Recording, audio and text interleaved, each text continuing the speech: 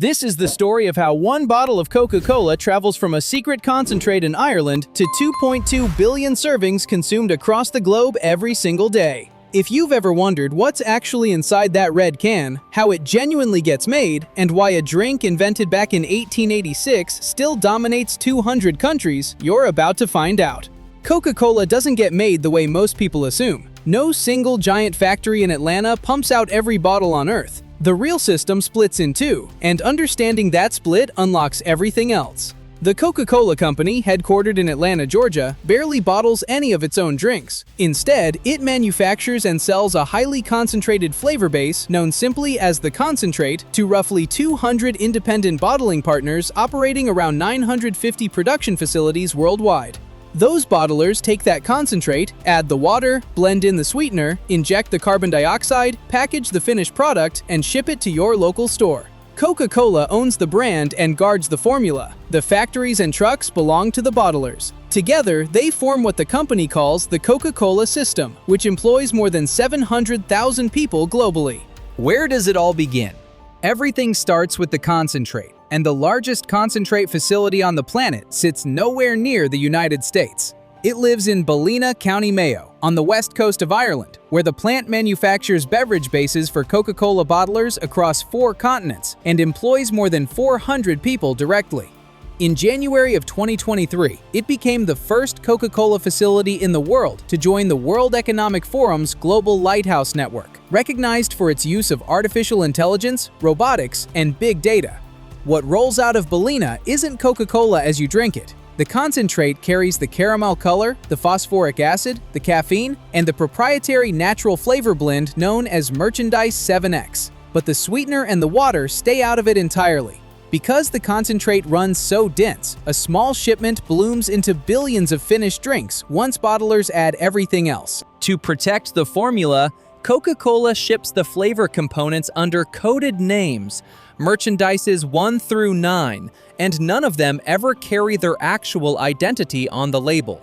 That legend about only 2 executives knowing the formula and being forbidden from flying together? Pure marketing mythology. The company has only ever confirmed that the formula lives with a small handful of people. The written formula itself first got committed to paper in 1919, sat in a bank vault in Atlanta for 86 years, and in December of 2011 relocated to a purpose-built vault at the World of Coca-Cola Museum, which is the one tourists line up to see. Now let's follow the concentrate out of Ireland and into a bottling plant, because this is where the real manufacturing happens. Every modern plant follows the same 12-step sequence. Step 1 is water. Between 85 and 90% of every bottle of Coca-Cola is water. So water treatment isn't a detail, it's the entire foundation. Incoming municipal water runs through what? Coca-Cola calls a multiple barrier system. Coagulation, sand filtration, activated carbon filtration that strips out any trace of chlorine, ion exchange softening, and finally, reverse osmosis, where the water gets forced through semi-permeable membranes at high pressure. UV sterilization finishes off any microbes. The result is water cleaner than most bottled water you've ever bought. Step 2 builds the syrup. Purified water gets heated in stainless steel tanks, and sweetener dissolves into it. In the United States, that means high fructose corn syrup. In Mexico, the UK, Europe, and most of the rest of the world, it means cane or beet sugar. From there, the caramel color, phosphoric acid, caffeine, and the Coca-Cola concentrate itself all enter closed-loop mixers and get homogenized together. The final ratio lands at roughly 1 part syrup to 5 parts carbonated water. Step 3 adds the carbonation. The blended mix gets chilled to between 0 and 4 degrees Celsius because cold liquid holds far more dissolved gas than warm liquid, and food-grade CO2 enters through fine diffusers at high pressure. Coca-Cola Classic ends up carbonated to approximately 3.7 volumes of CO2, which explains why the pressure inside a sealed can at room temperature runs so high. Step 4 handles the container itself. PET plastic bottles don't arrive pre-made at the factory. They get blown on-site from small plastic preforms, with the fastest machines producing up to 45,000 bottles per hour. Aluminum cans show up pre-printed. Here's something most people never realize. A modern 330 milliliter Coca-Cola can wall measures just 0.097 millimeters thick, which is thinner than a human hair. Steps 5 and 6 handle inspection and filling. Every empty container gets scanned with up to 12 images per unit. Then, filling happens inside a sealed, pressurized chamber through a process called counter-pressure filling, which prevents the dissolved gas from flashing out as foam.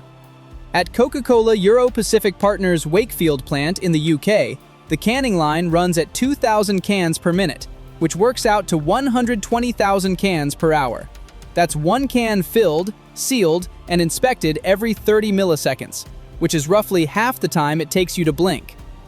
Steps 7 through 12 move fast. Capping seals every container within seconds of filling. Labeling applies shrink sleeves or wraparounds, while cans skip this step because their decoration gets printed directly onto the aluminum. Date and lot coding burns a traceable code onto every unit. A full container inspection verifies fill level, cap torque, label alignment, and carbonation on every single bottle or can. Secondary packaging bundles them into multi-packs. And finally, robotic arms palletize the cases, a barcode label encodes the batch and destination, and the pallet is ready for the truck. From raw municipal water to a palletized case, a modern high-speed Coca-Cola line can finish the entire process in under 1 hour. Quality control runs the whole time. A typical Coca-Cola plant performs over 2,000 spot checks per day, and every bottling plant worldwide operates under the Coca-Cola operating requirements, known as CORE, regardless of who owns the facility.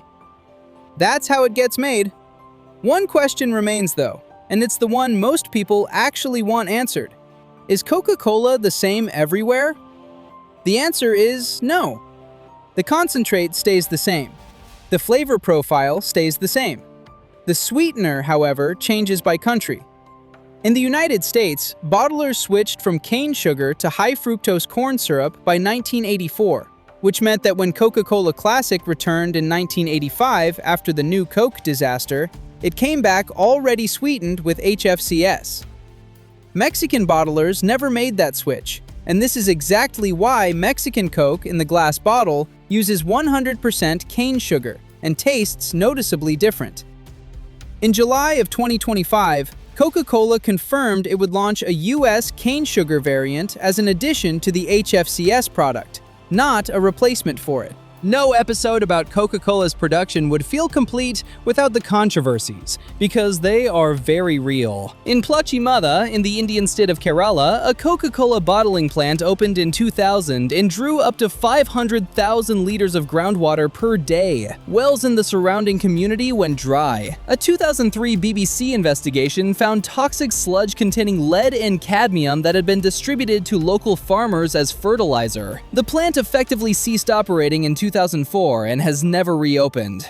Coca-Cola disputed responsibility. Then there's plastic. According to the Break Free from Plastic movement, Coca-Cola earned the title of the world's #1 plastic polluter every year from 2018 through 2023, 6 years running. A peer-reviewed study published in Science Advances in April of 2024 concluded that Coca-Cola was responsible for 11% of all branded plastic pollution worldwide. In December of 2024, Coca-Cola rolled back its sustainability targets, pushing its recycled content goal out to 2035 and dropping its reuse and refill commitment entirely. Break Free from Plastic called the move a masterclass in greenwashing. So here's the truth about how Coca-Cola is made. It's a two-part system, built on a small number of concentrate plants, led by the facility in Ballina, Ireland, alongside around 950 bottling facilities worldwide doing the actual water treatment, mixing, carbonating, filling, sealing, and packaging, all in under an hour. It's an engineering achievement resting on 12 precise steps, aluminum thinner than a human hair, and more than 2,000 daily quality checks. It's also a product whose sweetener depends on which country you're standing in, whose formula has grown into marketing mythology, and whose environmental footprint in water and in plastic remains genuinely contested.